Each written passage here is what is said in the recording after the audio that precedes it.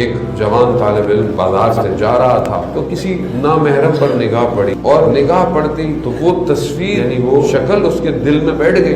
अपने उस्ताद की खिदमत में गया। वो उस्ताद जो दिल को देखता था, जिसे बातिन नजर आता था, उसने अपने उस्ताद से कहा कि मेरे दिल की कैफियत क्या है। उस्ताद ने कहा कि मैं तुम्हें नहीं देखूंगा, तुम्हारे साथ फलानी खातून मौजूद है। ये जो बात औकात हम कहते हैं कि मौलाना साहब एक दफा देखने से क्या फर्क पड़ता है, और हमारी तो नीयत अच्छी है, आपकी नीयत अच्छी होती है, शैतान की नीयत अच्छी नहीं है। एक तस्वीर इंसान के आसाब पे तारी हो जाती है, यानी इंसान के ब्रेन को कंट्रोल कर लेती है। तो उस्ताद ने कहा कि जब तक वो खातून तुम्हारे साथ है मैं तुम्हें नहीं देखूंगा। जाने वो जवान गया, 2 रकात नमाज पढ़ी, इस्तिग़फ़ार किया खुदा की मान खा।